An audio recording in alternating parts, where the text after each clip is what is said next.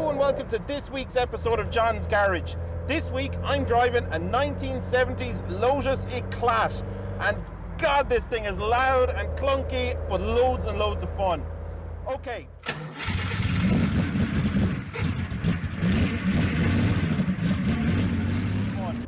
Okay, so what exactly is a Lotus Eclat?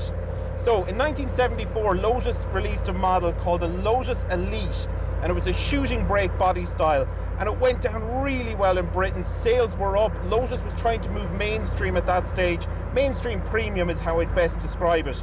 So they wanted a car that they could sell, that was luxurious, that was comfortable, that could be a grand tour, and later on could also be not usurped but complemented by the esprit in the range. But anyway, the design went down great in Europe. However, when they took the car over to the States, they looked at it and said, that's a bit quirky, but not nice quirky. So Lotus quickly went back to the drawing board, and what they came up with, the designer whose surname was Winterbottom, came up with the Lotus Eclat, which is essentially a hatchback version of the Elite, okay, is the best way I think about it. So it is a full four-seater, there is a usable boot in it.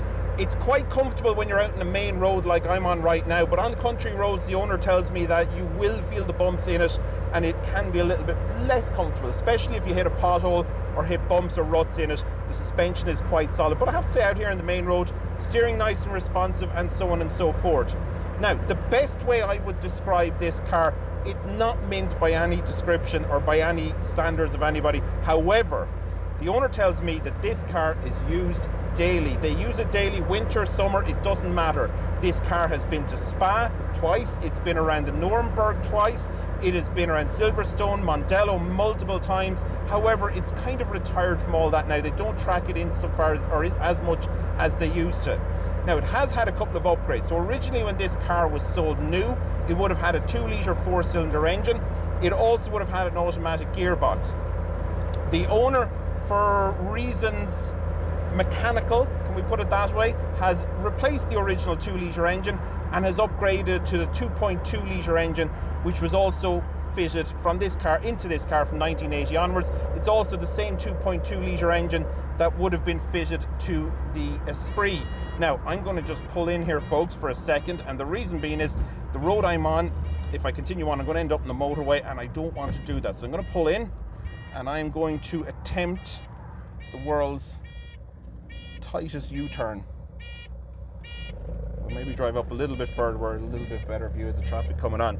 But anyway, same 2.2-litre as the Elite. The gearbox has also been upgraded to a 5-speed unit. Not the first upgraded gearbox they've told me they've fitted, but this is the second one. The original 4-speed manual gearbox that they fitted just couldn't take the power from that 2.2-litre 4-cylinder engine. So we have seriously heavy steering. Of course, no power systems from Lotus. However, we're able to do that turn there, no problem. Now, interior-wise, what did Lotus do inside? You have lovely 70s wood trim, plastic wood probably.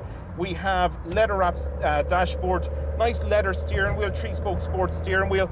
We have other things like fans, we have electric windows, we have ashtrays, we have cigarette lighters all around the car, and everything is leather lined and everything is very, very plush. All in all, it is actually quite a comfortable GT tour is the way I'd put it. It's not going to be massively hard on the road in general. Economy-wise, you'd expect up to about 30 miles per gallon and so on and so forth from it, if driven gently. The owner is smiling at me here, which probably means he's never seen 30 miles per gallon.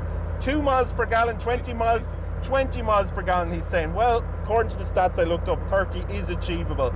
Now, was the car a roaring success for Lotus?